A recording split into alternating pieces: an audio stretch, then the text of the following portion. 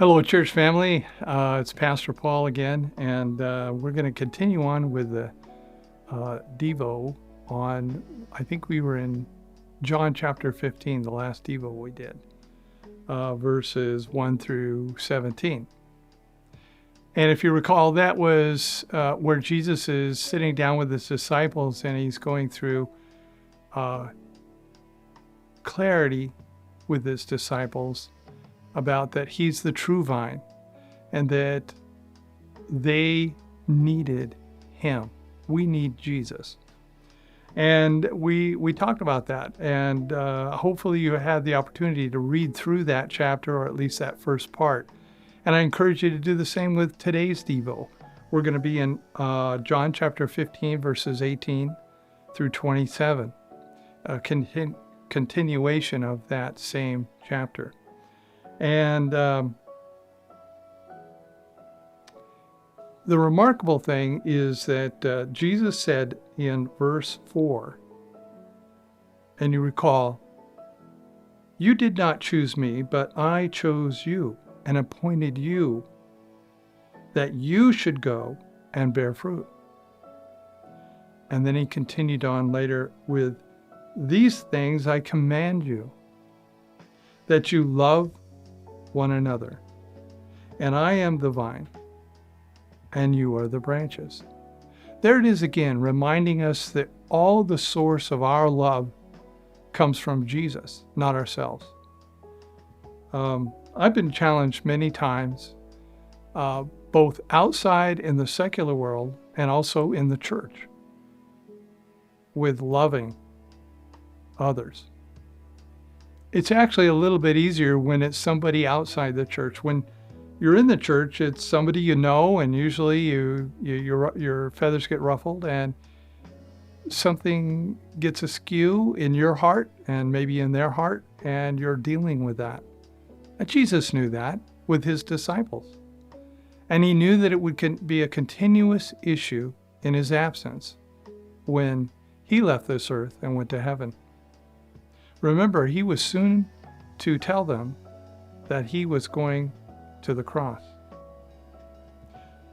The question is, did the disciples struggle with their sin? Were they dealing with it in their hearts? And are we dealing with it in ours? As they sat under the teaching of Jesus? Yes, they did. Jesus, like you and me, they had questions. They wondered just how it all works.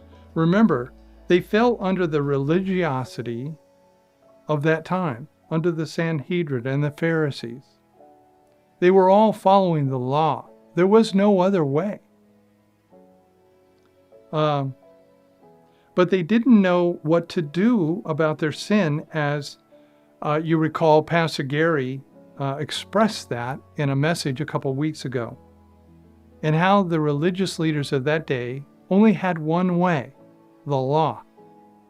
And they didn't understand the law was there to teach us, to bring us to a place where we realized we're helpless and we need Jesus.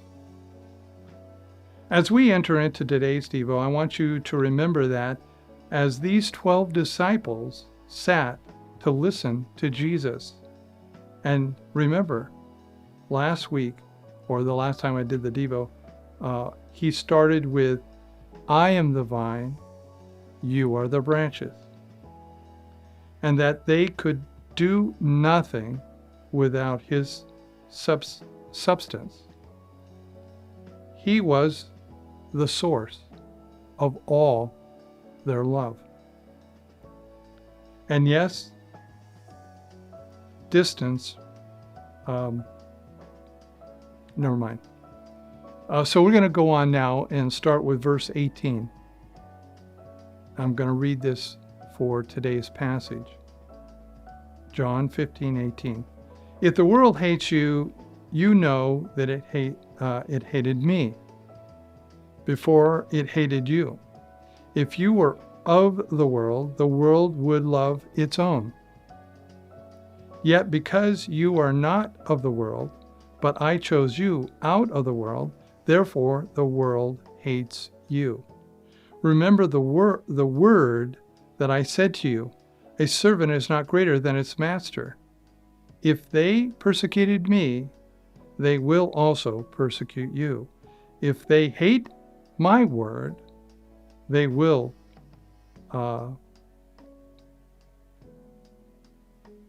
keep yours also.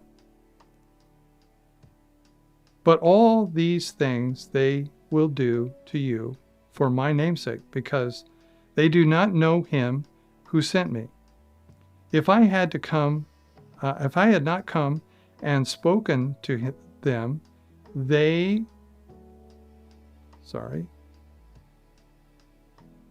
would have no sin, but now they have no excuse for their sin. He who hates me hates my Father also. If he had not done among them the works which no one else did, they would have no sin. But now they have seen, and also hated both me and my Father. But this happened that the word might be fulfilled, the word might be fulfilled, which is written in the law. They hated me without cause. We're going to stop right there. That's what it's all about. This perfect love that Jesus came, the Father sent through Jesus, was exemplified through Christ to us, so that we, as sinners, knew that we're serving a God of grace, not to be abused, but to be just enjoyed and praised and glorified in and through our lives. This is what empowers us to love the unlovable. Whether it's our coworkers at our work, or even someone at our church that rubs you the wrong way, we are to love unconditionally, just like Christ loved us. I pray that your week is filled with love towards Christ, and that you find your source in that love through Him as you spend time with Him each day. God bless.